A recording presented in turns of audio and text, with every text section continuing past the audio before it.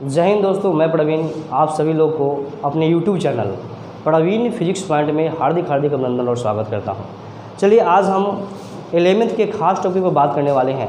आज हम कहीं ना कहीं इक्वेशन ऑफ मोशन पे बात करेंगे, लेकिन बात करने का अंदाज़ कुछ अलग होगा। कहने का मतलब इक्वेशन ऑफ मोशन को आप इंटीग्रेशन के माध्यम से भी निकालते थे, डिफ्रेंशिएशन के माध्यम से होता था, मतलब कैलकुलस के माध्यम से निकालते थे। लेकिन आज जो हम डिस्कस करने वाले हैं वह बिल्कुल ग्राफिकल मेथड होगा। तो थोड़ा सा हम आपसे रिक्वेस्ट करेंगे, कहीं ना कहीं 5 मिनट का समय अगर तनमन से आप हमें देते हैं तो इस बात की गारंटी है पूरा का पूरा टॉपिक आपके जहन में ही जाने वाला है। तो बिना देर के हुए टॉपिक को स्टार्ट करते हैं। चलेंगे, ध्यान देंगे। सबसे पहले जाना है equation of motion. Equation of motion by graphical method, graphical method. ध्यान दीजिए, हम निकालेंगे इक्वेशन ऑफ मोशन, गति के समीकरण निकालेंगे किसके द्वारा? By graphical method. तो पहला जो समीकरण है उसको प्रूव करना है, जैसे v बराबर u प्लस ए टी। तो आपको बताया गया होगा इसके लिए हमको वी ग्राफ ड्रॉ करना होगा, वेलोसिटी टाइम ग्राफ को ड्रॉ करना पड़ेगा। तो ध्यान दीजिएगा, वेलोसिटी टाइम में क्या होता है, हम x के लॉन्ग किसको लेते हैं? टाइम को लेते हैं। x के लॉन्ग किसको लेते हैं? टाइम को। और y के लॉन्ग किसको लेते हैं? वेलोसिटी को। ठीक है। अब मान लेते हैं जो शुरू में जब गति करना स्टार्ट किया था, जब मोशन करना स्टार्ट किया तो उसका वेग क्या था? u था। क्या था? u था। और कुछ समय दूरी तय करने के बाद उसका वेग क्या हो गया? v हो गया। आप देख पा रहे होंगे, मतलब यह जो रेखा है वह रिप्रेजेंट किसको करता है? वेलोसिटी को रिप्रेजेंट कर रहा है। तो यहाँ पर भी गया, मतलब कि यहाँ पर क्या रहा होगा? यहाँ पर भी रहा होगा। ठीक है ना। अब क्या करेंगे, यह जो है वो आपको बता रहा है समय। तो समय क्या मान लेते हैं? t मान लेते हैं। समय क्या है आपका? t। 0 से स्टार्ट हुआ, मतलब जब गति करना स्टार्ट किया था उसका समय क्या था? 0। उस समय उसका वेग वेलोसिटी क्या होता है? u। और जब t समय बीतता है तो उसका वेग क्या होता है? v हो जाता है। हम क्या करेंगे? परपेंडिकुलर ड्रॉ करेंगे यहाँ पर। ठीक है। और इस प्रकार से इसको ड्रॉ किया जा सकता है। इसको मान लीजिए आप a, इसको मान लीजिए आप b, इसको मान लीजिए आप क्या कहते हैं, इसको मान लीजिए c, इसको मान लीजिए आप d और वगैरह। ठीक है।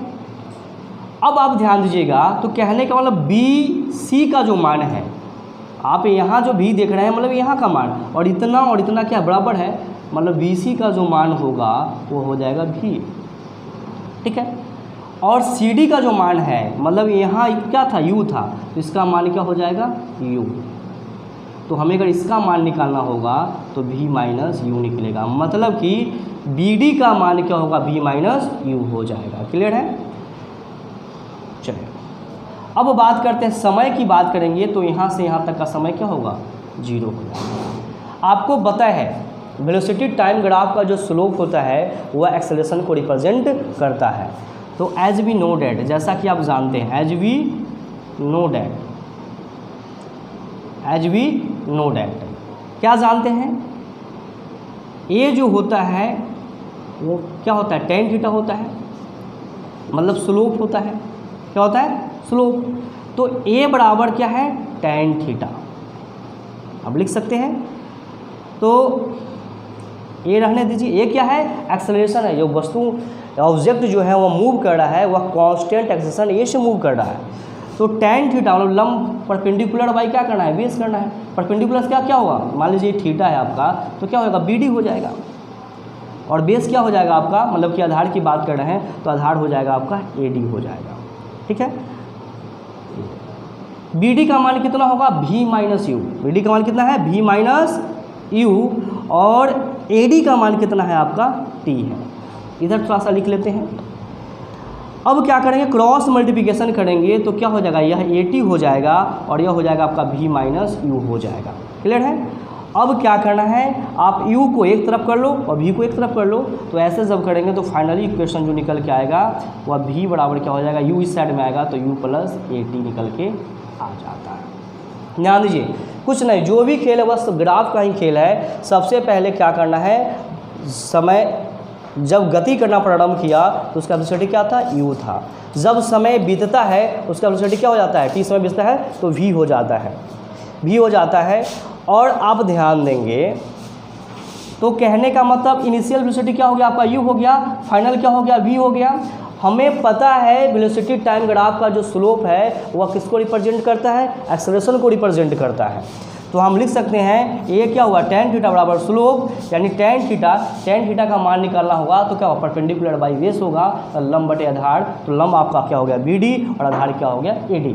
BD का मान आप निकाल चुके हैं, क्योंकि B से C का मान कितना है V और CD का मान कितना है U, तो BD का मान निकलेगा V माइनस U, इतना का मान V माइनस U, तो V माइनस U हमने लिख दिया। और जो AD का होगा वही क्या होगा OC का होगा, तो यहाँ पर डाल दिया T, क्रॉस मल्टीप्लिकेशन करते हैं तो AT हो जाता है, V माइनस U निकल के आ जाता है, और U को अलग साइड में कर लीजिए, मतलब साइड को चेंज कर देना है, तब V बराबर क्या होता है U प्लस AT होता है।